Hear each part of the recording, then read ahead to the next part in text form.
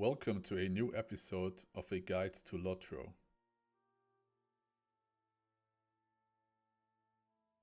In today's episode, North Downs.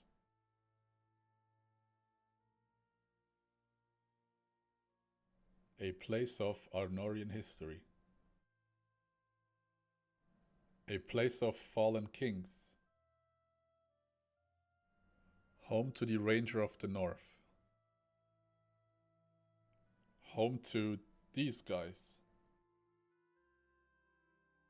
As well as the forces of Sauron and Angmar.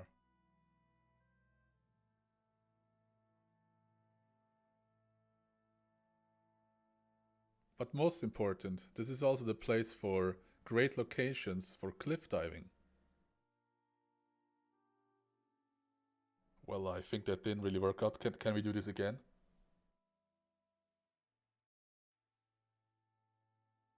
In the last episode about Evendim, I talked some history about the Kingdom of Arnor and Angmar. In today's episode about the North Downs, we want to dig deeper into the fall of Arnor and what came after. To start, we talk shortly about the Kingdom of Arnor. After the fall of Numenor, the few surviving Numenorian kings and their kin would flee to Middle-earth to re-establish their kingdom.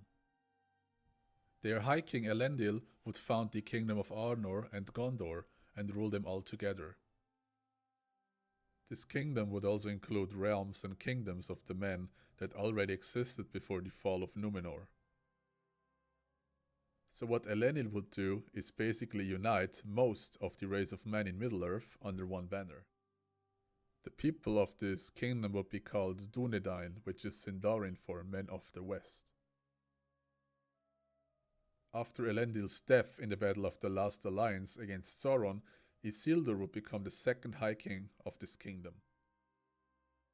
Isildur was later on assaulted in the Battle of Gladden Fields. Isildur's son, Valandil, which was back then just a child, would claim the throne of Arnor and leave Gondor to the sons of Anarion, the second son of Elendil. Arnor would become one independent kingdom for quite a while.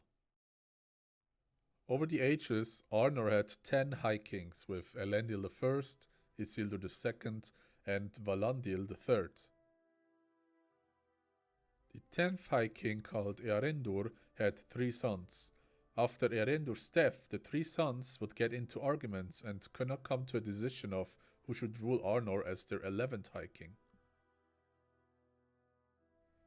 To prevent a civil war, the 3 sons decided to split up the kingdom into 3 parts. Each son would become ruler of one of these 3 independent kingdoms.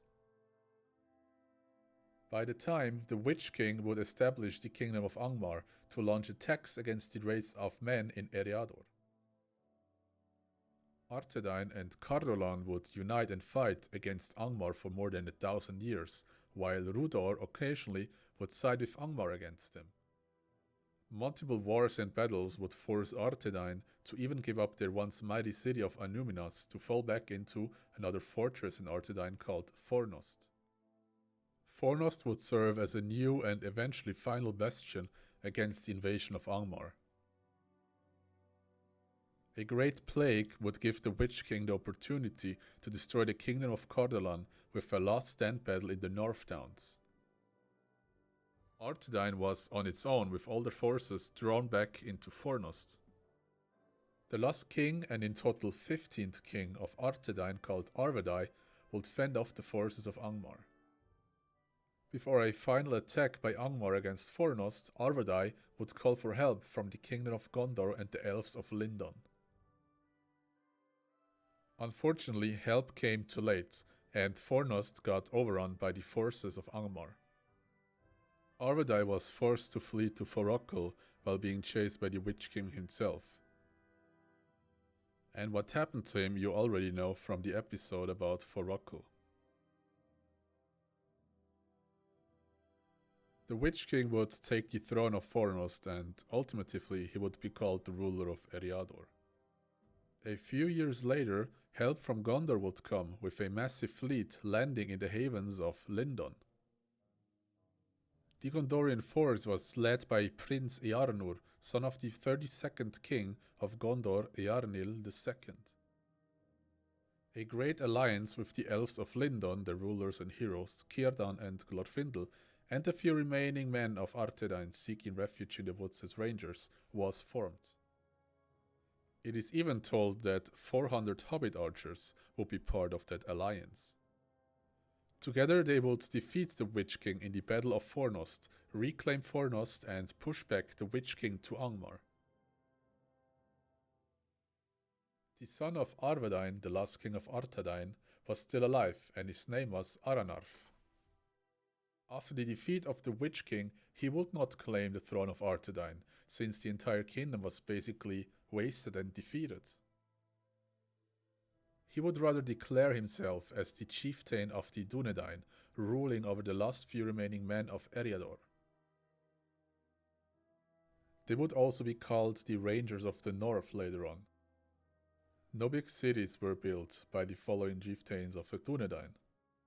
Additionally, they would follow the mantra to not unite as an army but rather protect Eriador in secret from the remaining evil forces left behind from Angmar. The sons of Chieftain of Dúnedain would be raised in Rivendell by the elves, until they become Chieftain of Dúnedain themselves. Over the ages there were 16 Chieftain of the Dúnedain. The last one was Aragorn, son of Arathorn.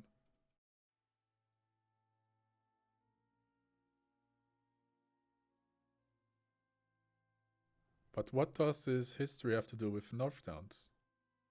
Well, the Northdowns is the place where all of this happened. The Northdowns is also the place where Fornost is located. The Northdowns features quests and content from level 24 to level 32. So let's start with Fornost, which is found right here. Fornost nowadays is just another place which is inhabited by orcs coming from the new risen kingdom of Angmar. Similar to the places in Evendim, it is a ruin full of mostly, well, evil things.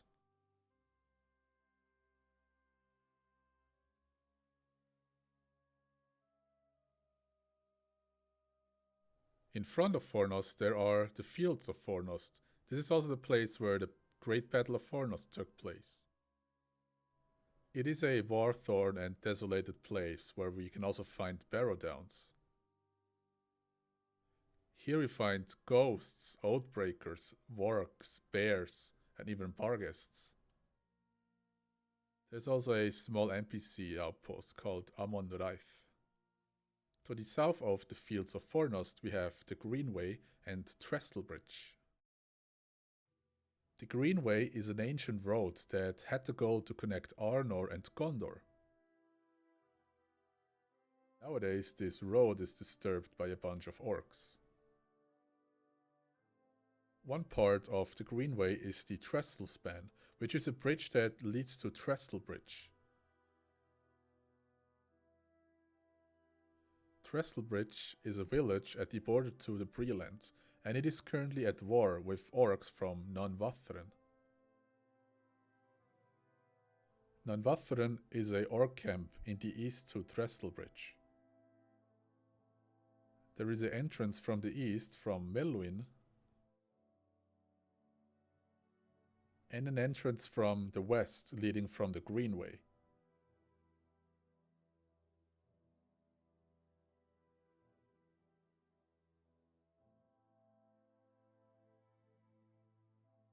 In charge of this assault is the Uruk-hai Drukhort from Carndum. The next place is King's Fell.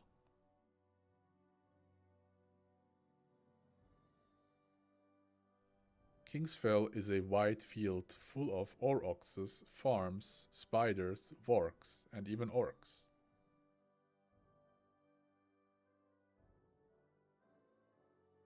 The elf refuge Lin Gileath is located in Melwinen, which is south of Kingsfell.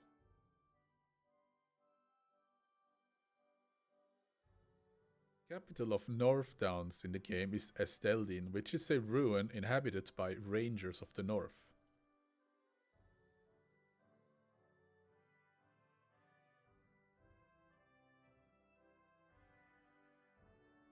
It features a stable master, crafting hall, reputation trader, skirmish camp, and even task boards.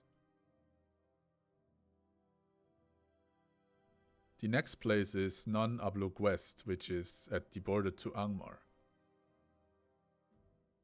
Here we find a Dwarman mining outpost called Otrikar.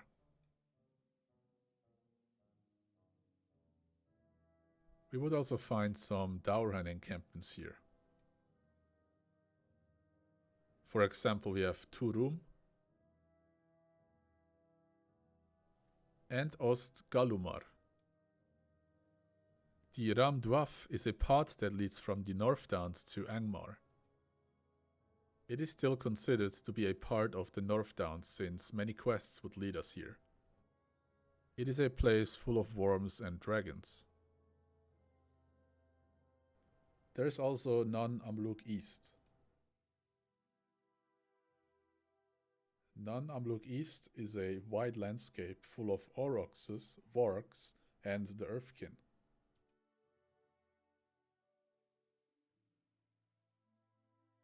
The Earthkin is of the race of giants, and they have friendly but also enemy encampments in Nan Amluk East. One enemy encampment is Fashat Lauk, as you can see here.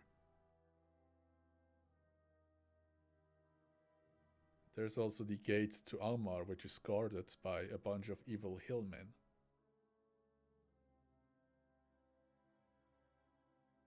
Or the hillman encampment called Ost Kritlank.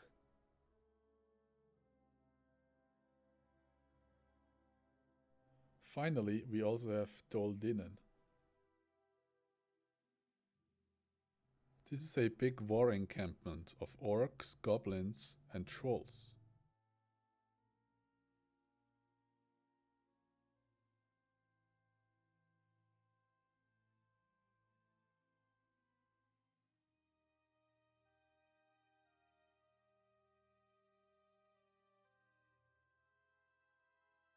In the North Downs, you can earn around 34,000 Virtue XP points.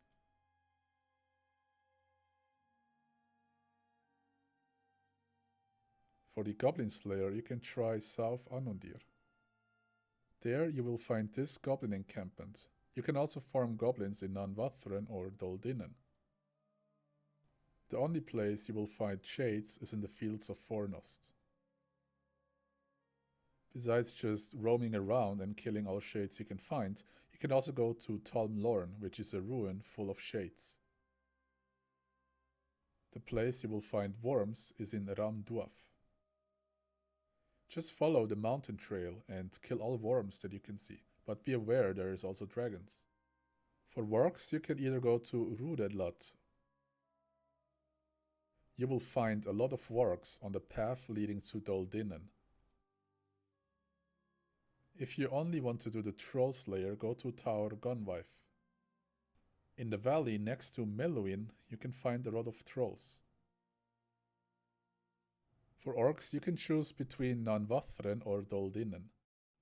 If you still have the Orc, Troll and Goblin Slayer open, you can do them all together in Doldinen.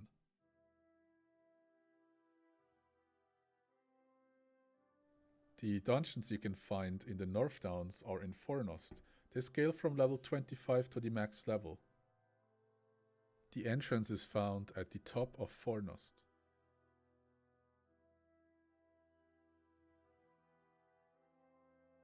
The first dungeon is the Wraith of Water. Here we defeat the ancient warrior Megoriath. The second dungeon is called the Wraith of Earth. Here we fight through the side keep of Fornost into the Barat Harn. The third dungeon is the Wraith of Fire. The last dungeon is called the Wraith of Shadow. Here we defeat the final warrior called Remenek in the keep of Fornost.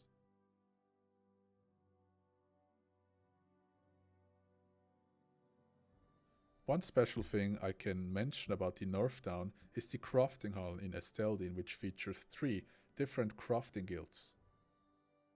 We have the Jeweler Guild, the Tailor Guild Hall, and the Guild Hall of the Woodworkers.